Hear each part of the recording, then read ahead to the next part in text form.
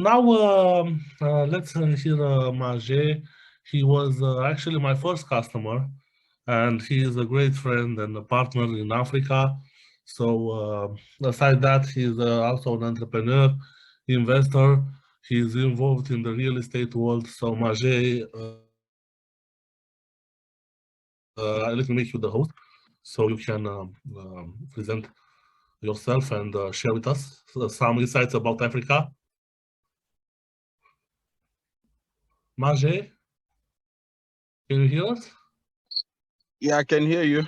Can you start again? I was offline.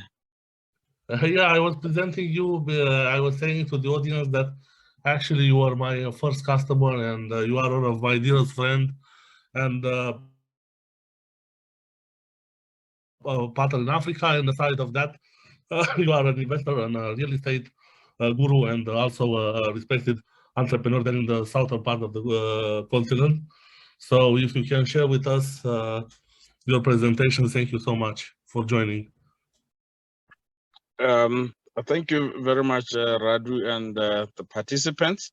I don't have slides, but I will just talk about being a startup in this part of the world, where you find that the challenges this side are completely different from the challenges in Europe.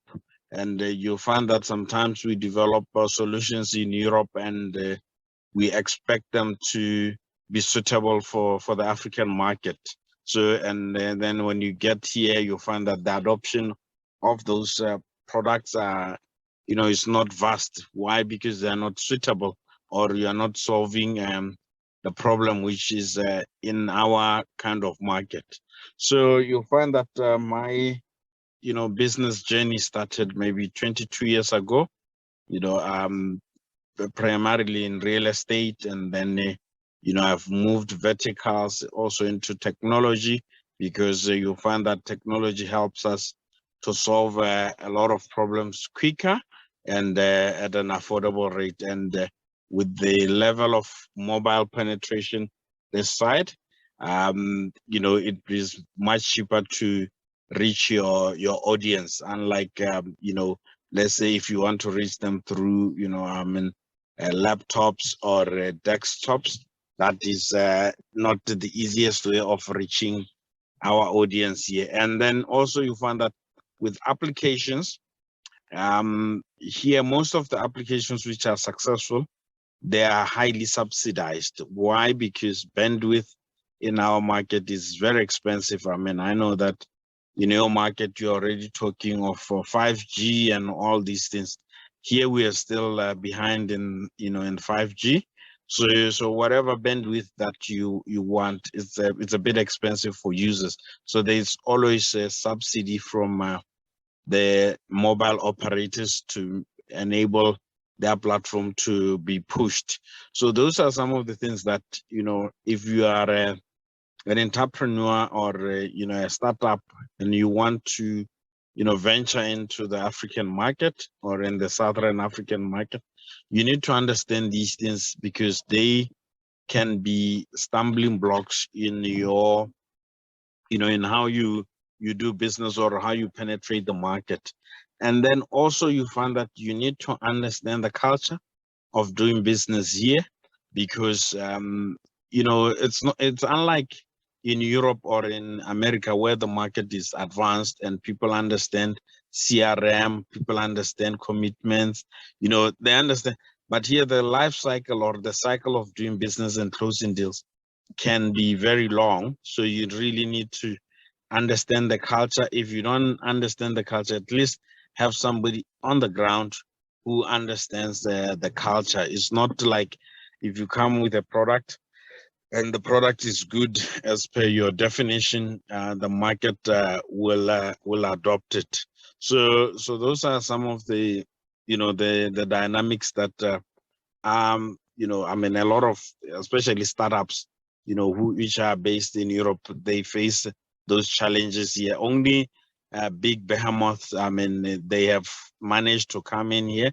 the likes of Facebook and maybe Google and WhatsApp, but you'll find that they mostly subsidize, their products. You recall that here we even have what we call Facebook Lite, which is a watered down app, of Facebook Messenger, unlike, in developed markets where, because of, the reliability of bandwidth. You have got the, full bouquet Facebook. So those are, like, so if you have a startup or a new app, if it doesn't have that aspect, it will be very difficult for it to penetrate this market. But having said that, it doesn't mean that this is not a lucrative market. It is a lucrative market provided your solution, it's suitable for the market. Some of the biggest startups which are doing very well in our space are fintechs solutions, because here a lot of people are not banked. So if you have got fintechs or newer banks, I think they will be suitable for these for this market. But anything else, there is a lot of exploration which will be needed. You'll find that, like, I don't know if some of you know this M-Pesa platform, which is in Kenya, is the biggest successful, startup, in terms of moving money and moving payments. A lot of people were not banked, and this just revolutionized how that is done. And even now, we see that newer banks are, making a lot of impact in our market. So if you really want to bring solutions this side, there is great opportunities, but you need to be sure that it is the one which the users will take up quite easily. And then also there's a lot of bureaucracy in our market. But what has happened with technology, it has done away with bureaucracy, because with technology, you can just point something from wherever you're sitting in the world, and then boom, it will work very well. The likes of Netflix, they've done that. They they pointed their URLs to Africa, and boom, they were already there in one day, and we can pay easily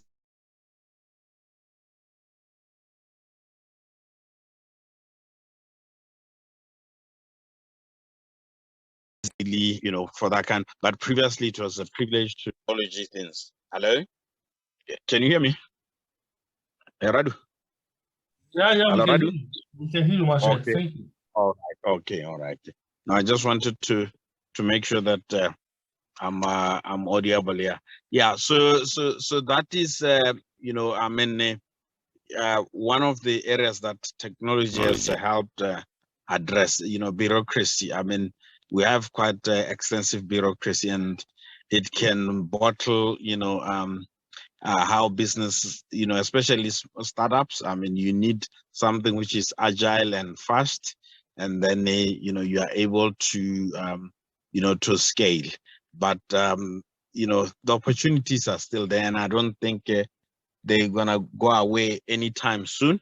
It's just a matter of understanding the landscape and the market. And most of our, right now you find that a lot of solutions, they are developed in Europe, and the space or the market space is already crowded. So you find that the next outlook or frontier is in Africa, and if you don't have the outlook for Africa, you definitely will miss out. I've been a businessman here for more than 20 years, so I know the market. Radu can attest to that. I always visit him in Europe, and he even sees that no, we are not really suffering. I know that sometimes the media portrays this image that Africa is all doom and gloom, but that is not the case. So any startup, especially in the fintech. If you're coming with fintech, I think you can do very well. Other areas, I'm not too sure because it is not a pressing need. But this thing of moving money from Europe to Zimbabwe, South Africa to Botswana, Botswana to Zimbabwe is quite extensive. I mean, some of the companies they've started. Western Union used to be big here moving money, but they were using traditional way of moving money. Some guys they've come in now and they've almost closed the Western Union here. We no longer, know Western Union, but previously no one thought Western Union would be, I mean, challenged by anyone, because these guys they are talking to the market and they give the market what the market wants very fast.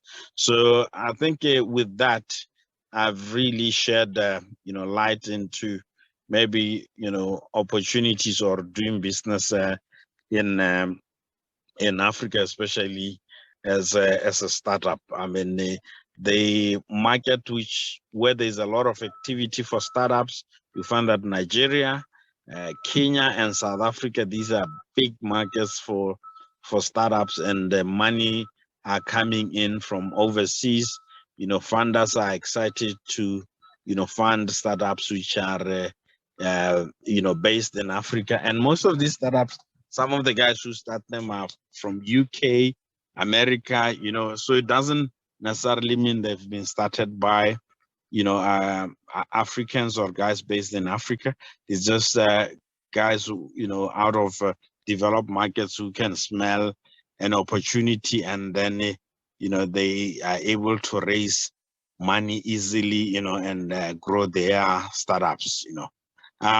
With that, I'd like to thank everybody for listening, and thank Radu also for this opportunity, and speaking on this platform. And I hope it is invaluable and insightful information. Anything that you want to ask me maybe later on, you can always shoot questions to Radu, and I will respond accordingly. Radu, thank you very much. Thank you, Maje.